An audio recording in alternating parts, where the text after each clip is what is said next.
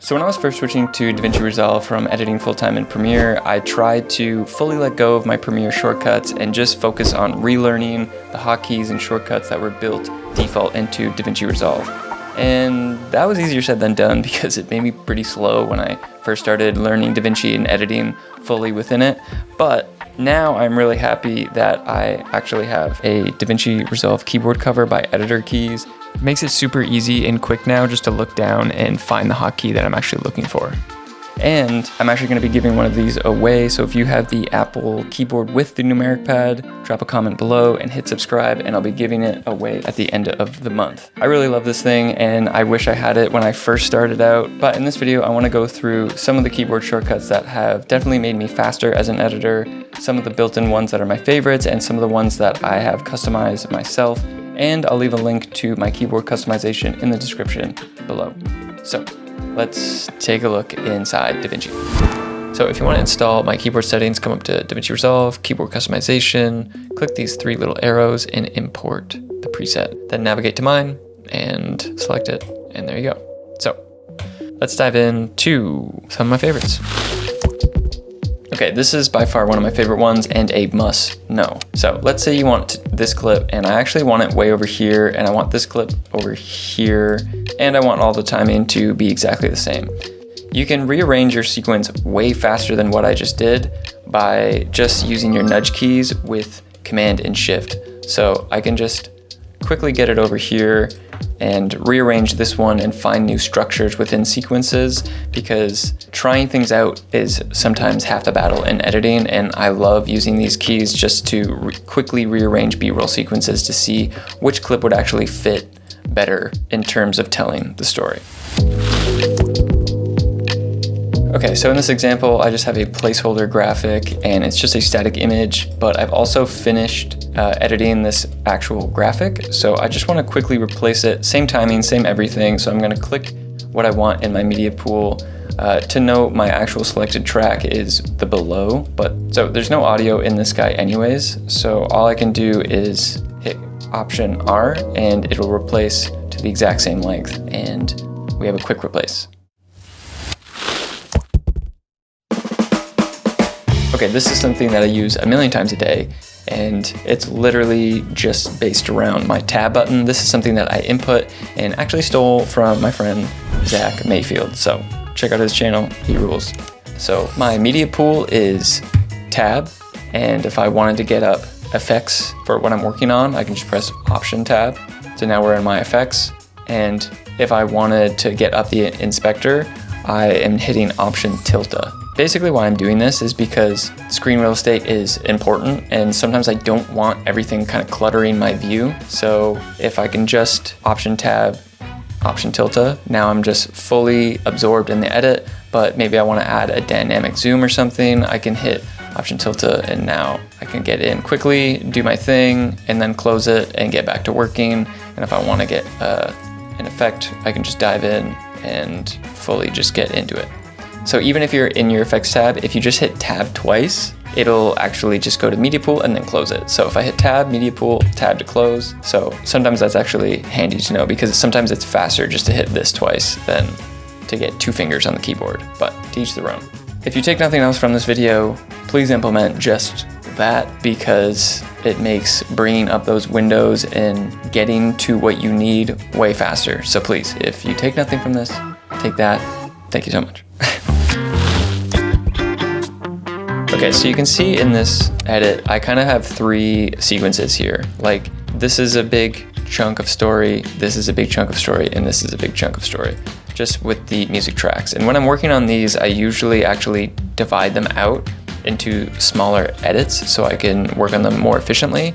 And to get them together, I usually use select all forward and backward, which is just Option Y. So you can see that it grabbed a little bit more here, and I'm just pressing Command to unselect these things. And if I hit Shift Option Y, it'll select everything before the playhead. This is super handy when I'm trying to make extra space and try to, fit an entire new song in between this, or just make some space and try to rearrange the edit and just like deconstruct what's going on. Super handy just to clear some mental space on the timeline is Option Y, Command Option Y. So one of my favorite hotkeys in DaVinci is definitely speed controls. Let's say I just want to speed this clip up, and you can already see I've actually done it, but if you just hit Command R, it'll naturally speed. So now I'm at 145 to end on this audio point, but let's say I want to end on this, but still use the complete clip. You can just see how my cursor changes from extending and shortening the clip. This uses your original in and out points, these two black arrows here, and now you can just drag it out and it'll extend or shorten depending on what you're trying to do. And then you can hit escape or this little X here. So that's Command R, and if you just hit R on your keyboard, you can bring up similar controls, and this is where you get your freeze frame and reverse speeds and everything else. So a little bit more fine tuning in here, but I find it a little bit more cumbersome, and a lot of times I'll just hit Command R and drag to exactly where I need to go. Okay, so I use this shortcut a lot when I'm like editing audio or corporate interviews, anything like that, is just the backslash. The backslash, if you just hit it, it's play around. So it'll play around 5 seconds, wherever your playhead is. So you can kind of preview your edit, and I do this a ton. And you can see right now it's actually looping.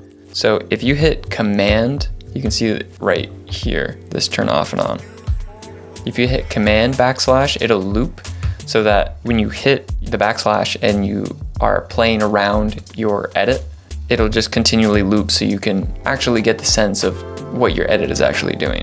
This again is a gem of a shortcut because I find myself previewing edits all the time.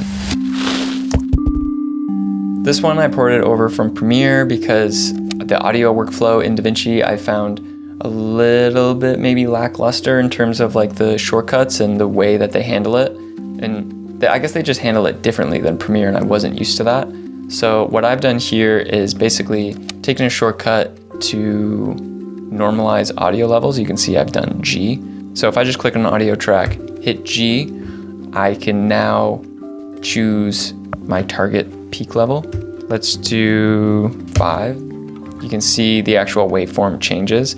So pretty much whenever I import an audio track, I will import it, hit G.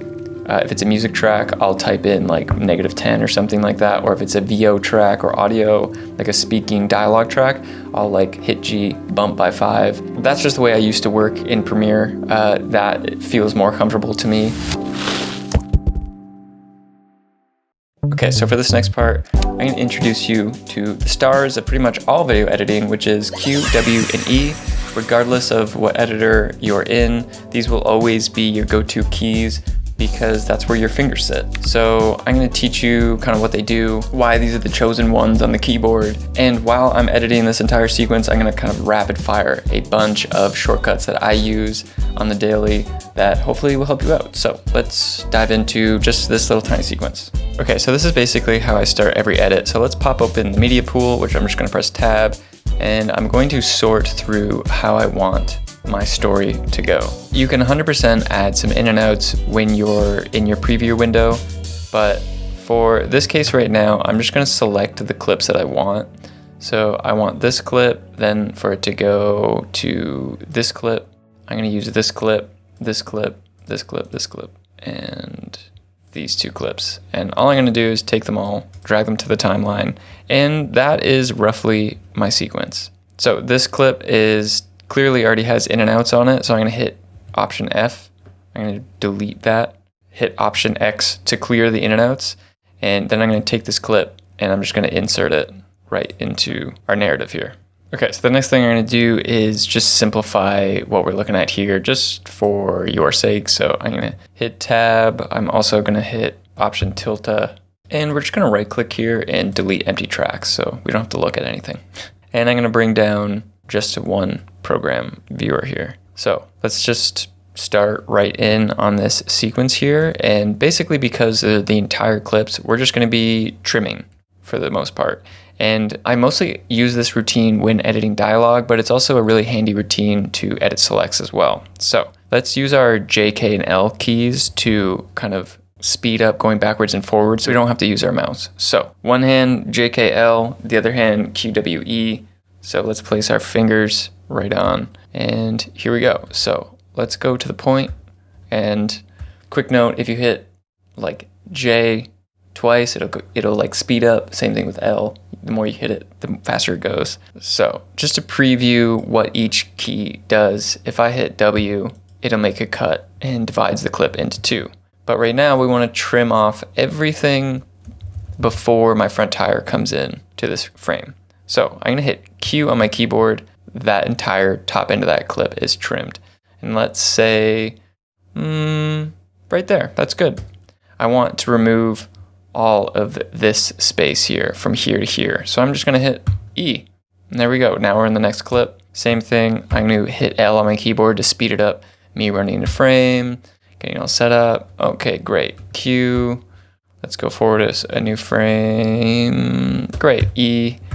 And same thing, trim off the front of this, Q and E. And because I'm just filming alone, that's pretty much this entire thing. So I'm just hitting L a bunch of times. I think I messed that up. So let's come back. Okay, Q, that's good, E, Q.